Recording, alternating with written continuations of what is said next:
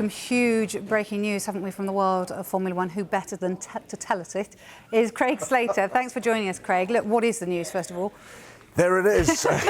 In case you couldn't see it on the screen in front of you. There's the clue.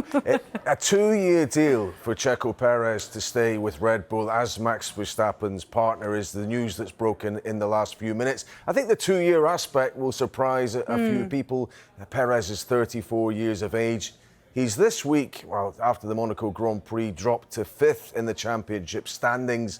And given that is still the best car in F1, it seems maybe a little bit surprising to some people that he's got such a sizable contract extension. But in the statement that's just been released by Red Bull Racing, Christian Horner says that the reason they have kept Checo on board is for continuity and stability, which are important for the team. And Sergio Perez talks about how happy he is to continue alongside Max Verstappen for another couple of years. So good news for him. He is a top-level driver. One or two people have said one or two unkind things about Sergio Perez and his merits in terms of being in that car and the fact that the championship hasn't been so competitive over the last couple of years. But this is still someone who has won a race in what was a lower middle-ranked team in Racing Point before he came to Red Bull.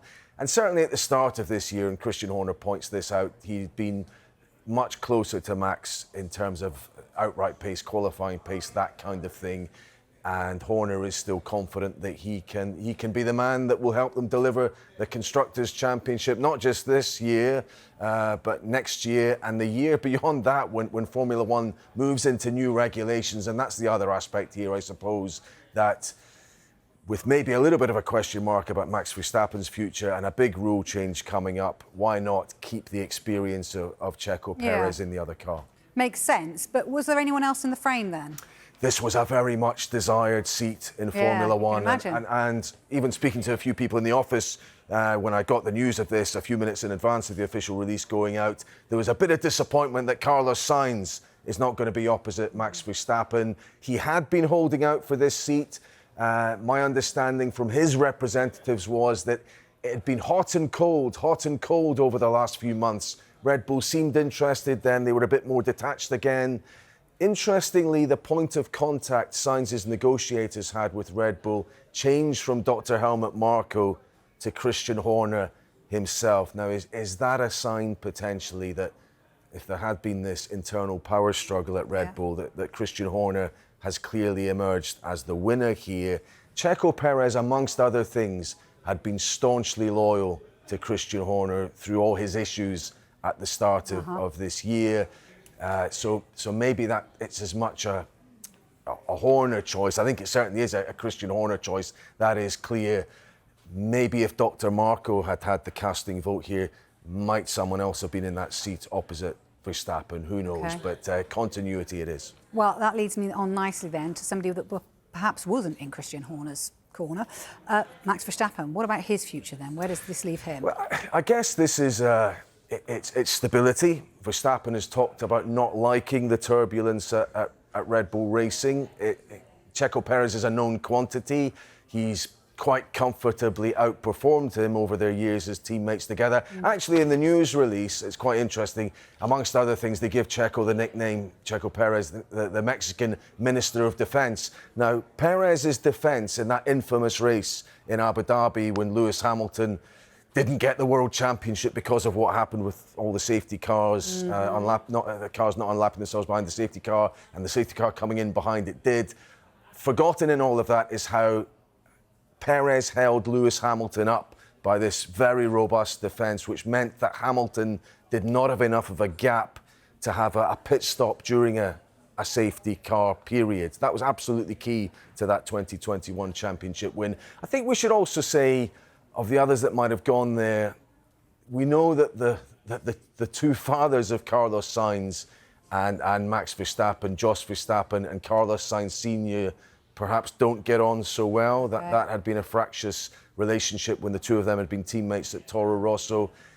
Does this also spell the end for Daniel Ricciardo's hopes of driving at the very top level again? He would have hoped, if not next year, then maybe the year after, to try and get back in that He's Red given Bull a seat. 2-year deal, though. And a 2-year deal rather rules that out. He's 34 years old. Yuki Tsunoda's prospects, who's driven very well this year, of getting there. Again, with the 2-year aspect to this, that seems to have gone away too. So I think there'll be a number of individuals thinking, well, maybe my chance is gone. Alex Albon, who is Thai licensed, and that would have sat well with the Red Bull organisation. Him going back there potentially, is that a longer shot now that Perez has signed up for a couple of years? But I think for Max, this is a choice which he will be happy with. I don't think he cares necessarily who his teammate is, but better the driver alongside you than potentially some unknown quantity. Yeah, I understand that. OK, what next then in the driver market? Well, the big question is, what does Carlos Sainz do now? I think he's known maybe for at least a week or two that this seat wasn't available to him. He has the choice of being the lead driver in Audi's entry into Formula One. This is currently the team known as Sauber, but it's going to be a big works team, the Volkswagen Group, or Williams. Now, Williams hadn't been linked with him so much until about the last 2 or 3 weeks, but actually some well-placed people are telling me that team seems a more attractive proposition to him right now than this Sauber prospect. It's well led with James Vowles. It has Mercedes engines in the car from 2026. Sainz has had the experience of going to a manufacturer and it not working out too well. So let's see. There's no reason now for him to delay his decision. You'd think we'll get that soon. We learned about Esteban Ocon not continuing with Alpine this week. I don't understand. He has a chance of a Williams drive. He'd be an outside contender to maybe take the Audi drive if Sainz doesn't take it. His best hope, we think, is at Haas. But if we look at these just very quickly, the team lineups at the moment, we've seen them. You see that there's 8 spaces left. Okay. There's 8 spaces left, and I think those dominoes should fall relatively quickly now that this has happened, and almost certainly no need to delay Sainz making up his mind what he does next.